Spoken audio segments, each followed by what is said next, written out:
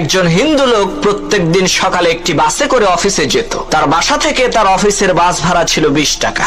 একদিন সেই হিন্দু লোকটি চিন্তা করলো, আমি যেই বাসে করে প্রতিদিন অফিসে যাই সেই বাসের কন্ডাক্টর তো মুসলমান, তাকে একটু পরীক্ষা করে দেখব যে মুসলমান লোকদের স্বভাব চরিত্র কেমন, তাদের মধ্যে সততা আছে কিনা।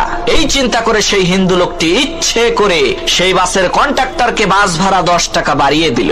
এখন বাসের কন্ডাক্টর কিন্তু বুঝতে পেরেছে যে ওই হিন্দু লোকটি ভুল করে 10 টাকা বেশি দিয়েছে।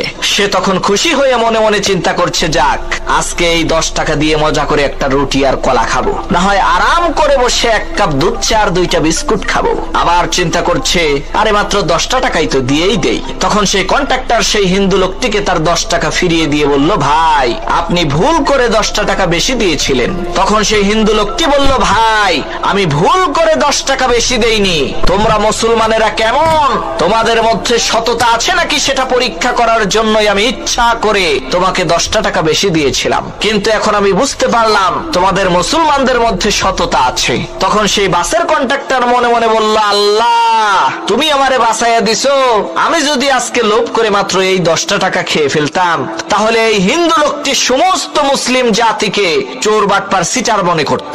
আল্লাহ তুমি আমার সম্মান রক্ষা করছো।